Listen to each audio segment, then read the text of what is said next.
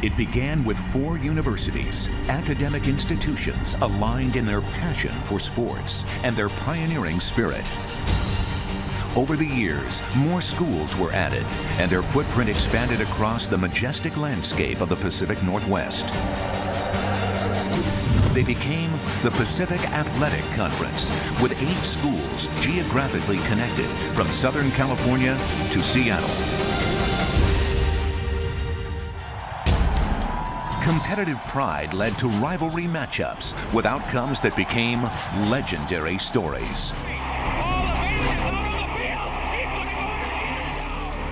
And as the conference's reputation as a leader in collegiate sports grew, the Pac-8 became the Pac-10. Decades were defined by dominance in sports, and it became known as the Conference of Champions, winning more national championship titles than any other conference. With the increasing popularity of collegiate sports came more demand and more growth. In 2011, the Pac-10 became the Pac-12. Now a dozen schools, geographically paired along the West Coast and into the Rocky Mountains, have teamed up.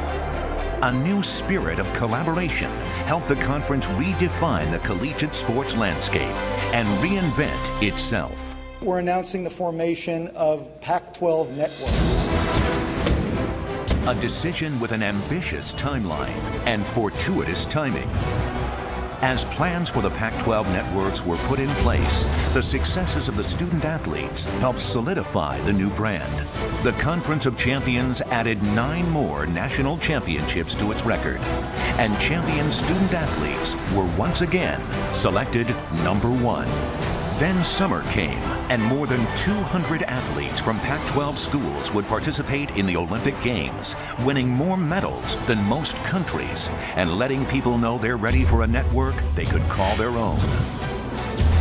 While the finishing touches for the networks were put in place, cutting-edge technology and new equipment was tested to make sure there was connectivity to and from each university. For the Pac-12 networks needed to be ready to telecast the events and stories still to come.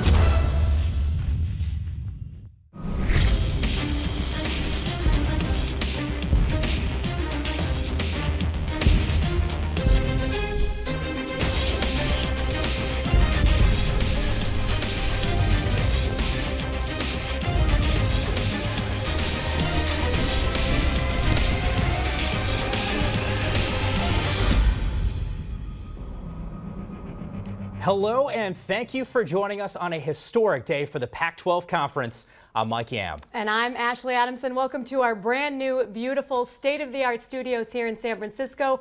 We're so thankful you've decided to join us and watch a bit of history in the making right now as we celebrate the launch of the Pac-12 networks. And Mike, so many people have put in so much work for this moment. Are you nervous?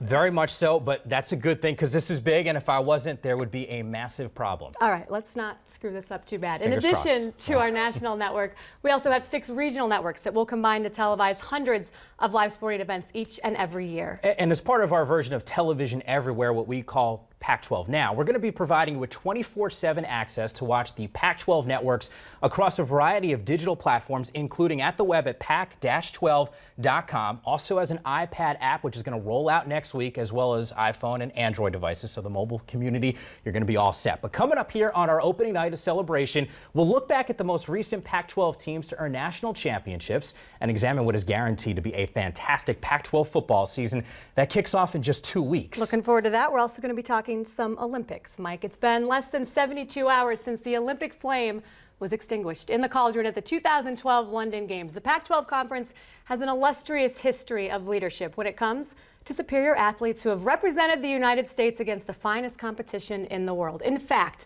Pac-12 schools accounted for almost a quarter of Team USA's 529 Olympians in London this summer. Overall, they competed in 18 different sports, earning 45 Olympic medals, including 19 golds. And once again, they reminded a global audience of billions the Pac-12 athletes can perform faster, higher, and stronger.